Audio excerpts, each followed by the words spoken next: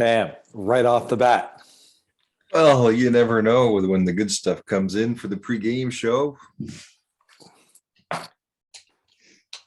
Well, we keep it brief. We keep moving the ball. These are the plans of the team. I have a bit of a bone to pick to you. I'm sure you do. And why would you say that? My lack of spreading the good word of the church. Well, it wasn't just the lack. It was like there's distribution, and then there's posting it on your own Facebook wall. And Right.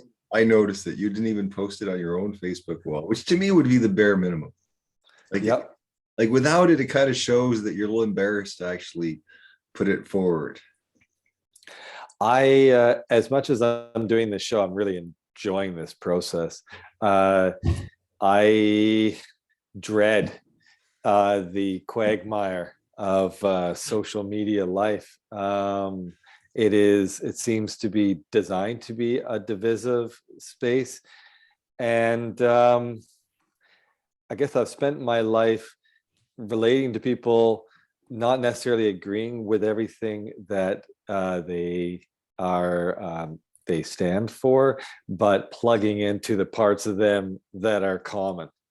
And it's pretty hard to break that habit. It's something that I'm really facing inside of myself, and I don't have a solution to it yet, but that's definitely yeah. Mm-hmm. Okay, so we're hitting something. We're hitting a block because I was thinking I would sort of make you look good. Like I could probably hold a lot of the positions that were more radical, and that you would be seen as the moderate. And then there's people on your page that go after the sweepers and rather than you. It isn't no, actually it's not. Yeah. uh you're right. What's that song? You're right, you're absolutely right, you're right, you're absolutely right, I was wrong. Well, Yeah. I think there's also a difference too that I can post anything on my stream and no one pays attention and I never get flashback, but I don't get anything actually. I'm completely ignored. So that's where my strength comes from. And I think with you, people actually read your stuff and honor you. And so you have a higher pedestal to fall off of. Mine's been kicked out and gone. Yes, perhaps. I'm realizing that um, I have 4 or 5 people in my Facebook feed that when they post something and it really upsets me, I feel disappointed, I feel conflicted, and then it takes up a disproportional amount of my headspace, my my personal space. And so this week I actually did something where it's not that I unfriended them, but I unfollowed them. Oh, well, okay. And wow, it just meant that I could actually relate to the space and see other people. I mean, I have well over 1,000 friends there, and if I'm always getting 3 or 4 people, then you have to wonder, what's the agenda of the algorithm that they're giving me this, you know um and also I don't need to be constructing hypothetical rebuttals, which is what I do. And so really, me not posting our conversations is me feeling tenuous or hesitant because of the amount of energy that I am anticipating it would take to form a rebuttal.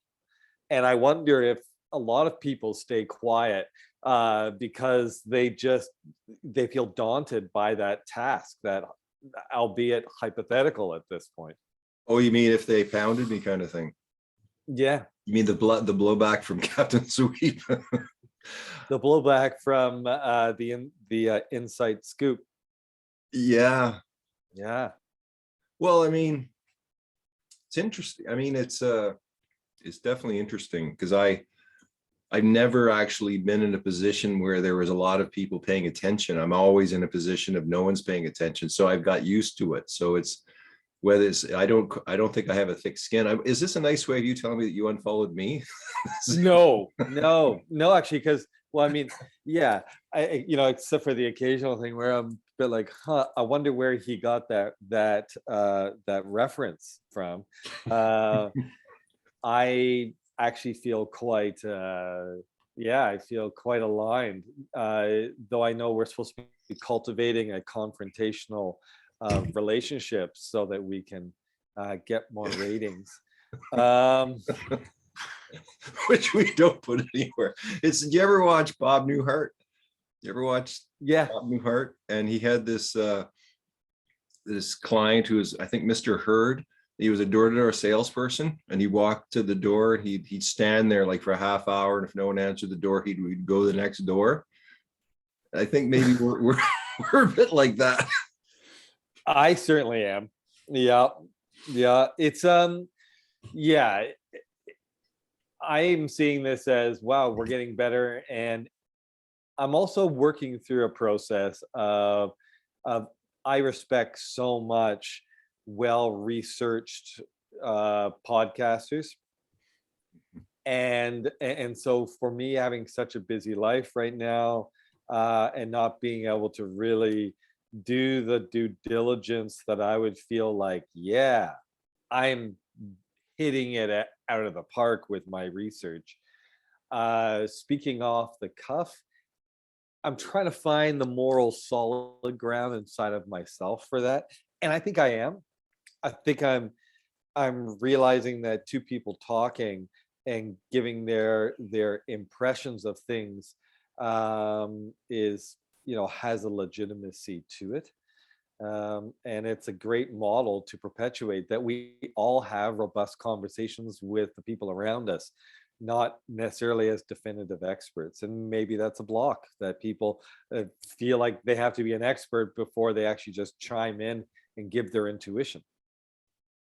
I mean, that's true. I mean, a lot of the normal corporate media, I mean, they do a lot of research and they have a lot of credibility behind them, and they lie, and they give perspectives that are untrue. So sometimes it isn't a correlation between having all the right facts and doing your research. It's having the ability to, I guess, assess the truth just in general. And I think that's what both of us do, that we're sort of trying to figure out what's going on, have our own ways of figuring it out, and then we give our opinion, which is as valid as anyone's. It may not be completely accurate, but I think between the two of us, we're doing something. But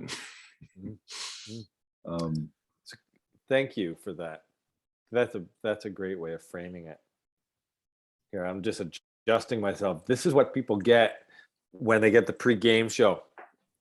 Okay, so, well, what's our format for the show? I don't know. Have you aired your liver here? yeah, I feel like other... I'm clear. I felt it was something I had to bring up because it's something definitely a trigger inside of me but I also see that for everybody, it's a big step one to, let's say, start getting video. And then it's another big step, let's say, to be seen in front of your community. Then it's another big step to sort of bring it out into the world. And I think, I don't know, I just see so many TikTok people with like 2,000 people sitting there watching some beautiful young girl just sit there and flick her nails and say thank you for the roses. There's a sort of disconnect from reality of thinking, I mean, if they don't do anything and they got that many follows, but we're doing something, but we don't have any, but it's I think, again, we're perfecting our craft, and at some point we'll find our niche. And I am starting to document, like in the Very Secret Plan website, I started to put our stuff together in terms of like a week to week that you can see. So to me, there's a sort of a bigger, plan of bringing pieces together. So there's not a rush for us to find the audience, because you're right. When you get the audience, shit, we may have like 100,000 people that are, sending us hate mail, so because we said one thing wrong or one thing that was right. So you're going to piss somebody off. You are going to piss someone off, aren't you? And you are going to, yeah. I'm realizing I have to be detached, and I really am praying for that, to be detached and engaged. How can you be detached and engaged? And so that you, yeah, you let impressions, you register feedback, obviously, but you don't let it affect your personal space, and you certainly don't let it occupy your entire day. And so, yeah, it's a skill, it's a strength to be doing that, and I definitely want to be doing that. The bottom line is, I really enjoy my conversations with you. It's actually a great. It has a therapeutic effect. It has a great.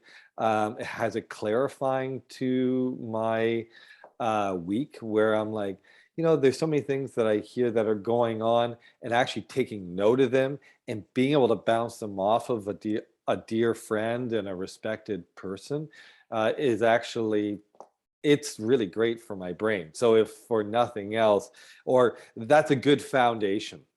Anyways, yeah. Well, okay. How do we So work you're this ready? thing? Okay, so are we getting ready to start? It looks like I think Ukraine's the so. big thing, eh? Yeah. So how about I'll just do a normal introduction, pass it over to you, and we'll just do our normal kind of thing. And Great. And is sort of, there anything that you want me to be throwing to you about specifically? I think, no, yeah, is there I any just points that are, I just trust natural flow. It's kind of like, each of us needs a bit of time sometimes to say things. So just to feel comfortable with that, but just pass the ball when you feel you come to an end kind of thing, or you want to, feel it's right kind of. I think that's, part of one of the skills in here, right? It's just like basketball saying, when do you shoot and when do you pass the ball? yes. And to sort of just again, go with the flow, because sometimes it takes a while to get something out. So, I'm fine with listening, and it's nice to have you listening if I sort of get on the high horse. Yes, the soapbox. I was thinking of you before we started. I was thinking of you because Shaq, there was a video circulating with Shaq back in the gym and really like working out. And the guy is a formidable beast. Like, wow, And you're thinking of me. Why ever would you think of me in that situation? I'm not like that at all. Well, because you're a formidable figure. You're a very large guy, and I just think of you, you know, directing some of your massive attention back onto yourself, and yeah, I don't know. You know me. I'm always advocating for that self-care. I gotta say that, I mean, what did I read in you're so good at stroking. You're good at like the stroke the ego. You just you know where to hit, you know what the person needs. You give it a good stroke.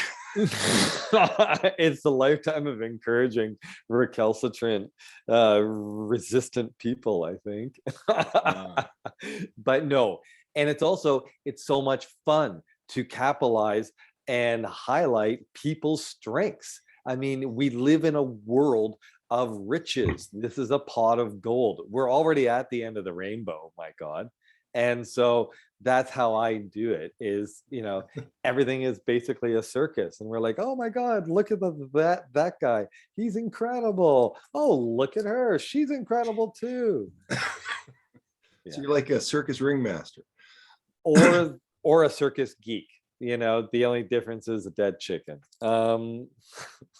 Well, I can see we're getting ready. We're getting close. You're getting excited. You're starting to whip papers around. So Yeah. let's jump in. That was a good pre-game show. That's how you show. See, we're showing our audience like more than just a show, but it's the behind the scenes where things are worked out, and they're worked out in a good way. Less, of course, piss me off than it's not. But okay, so